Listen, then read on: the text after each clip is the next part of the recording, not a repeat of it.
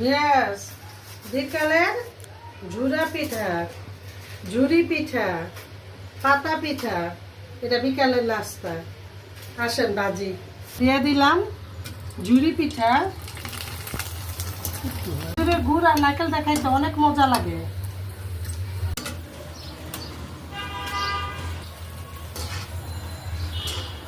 পিঠা বানানটা শেষ, পিঠা বানাই নেই বিয়াস, এটি ভাবছি